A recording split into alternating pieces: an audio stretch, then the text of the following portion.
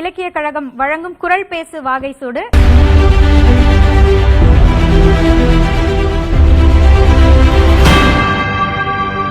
மணிவாசகம் தயாரா இருக்கீங்களா? உங்களுக்கான தலைப்பு கேட்போமா ஐயா? மணிவாசகத்திற்கான தலைப்பு 5 சால் ஊன்றிய தூண். சான்றாண்மை அதிகாரம். அன்பு, நான், ஒப்புரவு, கண்ணோட்டம், வாய்மையோடு 5 சால்பு ஊன்றிய தூண் என்ற குறள்.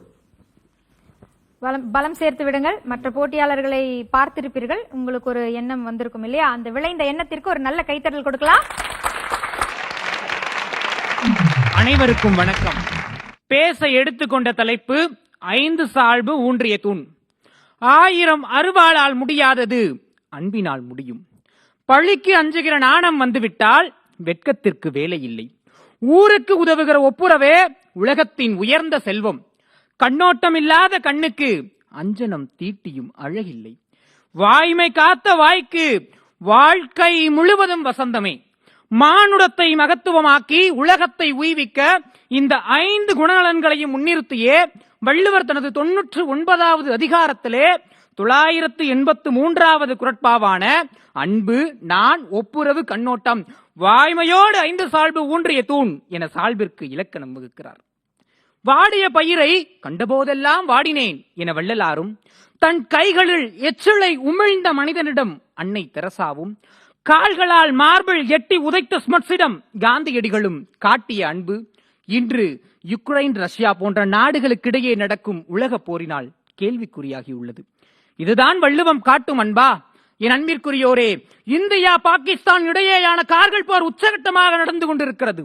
அந்த சமயத்தில் பாகிஸ்தானை சேர்ந்த பெண் நோயாளி ஒருவருக்கு இந்தியாவில் இதயமாற்று அறுவை சிகிச்சை செய்யப்பட்டு அந்த பெண்ணின் உயிர் காக்கப்படுகிறது என்றால் அறத்திற்கே அன்பு சார்பு என்பர் அறியார்.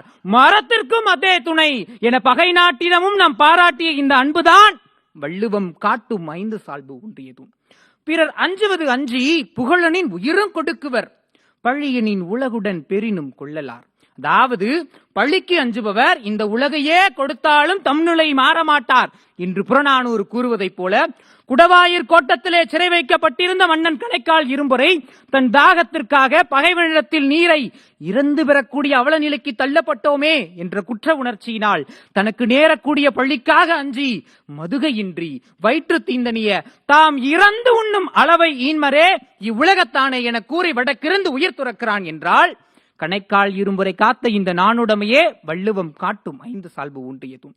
மக்களால் ஆய பெரும்பயனும் ஆயுங்கால் எத்துணையும் ஆற்ற பலவானால் தொக்க உடம்பிற்கே ஒப்புரவு செய்தொழுகாது உம்பர் கிடந்துண்ண பண்ணப்படும். அதாவது வாழ்க்கைக்குரிய அறமாகிய ஒப்புரவு காத்தலே சிறந்தது என்று நாலடியார் கூறுவதைப் போல, சமீபத்தில் 7.5 கோடி மதிப்புள்ள தன் 1.5 ஏக்கர் சொந்த நிலத்தை அரசு பள்ளியினுடைய மேம்பாட்டிற்காக கல்வித்துறைக்கு தானமாக வழங்கிய மதுரை ஒத்தக்கடை பகுதியைச் சேர்ந்த ஆயி என்கிற பூரணமம்மாள் காட்டிய இந்த ஒப்புரவுதான் வள்ளுவம் காட்டும் 5 சால்பு ஊன்றிய தூண்.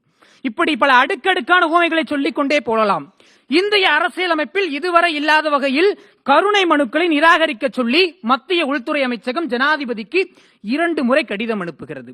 ஆனால் ஜனாதிபதி அதில் கையொப்பமிடாமல் அந்த மனுக்களை மறுபரிசீலனை செய்யுங்கள் என்று சொல்லி மீண்டும் உள்துறை அமைச்சகத்திற்கே அனுப்பி வைக்கிறார். அவர்தான் மக்கள் ஜனாதிபதி என எல்லோராலும் போற்றப்படக்கூடிய டாக்டர் APJ அப்துல் கலாம் அவர்கள். இதற்காக அவர் சொன்ன விளக்கம் என்ன தெரியுமா? இந்த கைதிகளை சுமையாக பார்க்காமல் மனிதர்களாக பாவித்து இவர்களை நல்வழிப்படுத்த அரசு முயல வேண்டும், இவர்களின் எஞ்சியுள்ள நாட்களை குடும்பத்துடன் வாழ வழி செய்ய வேண்டும் என்றார்.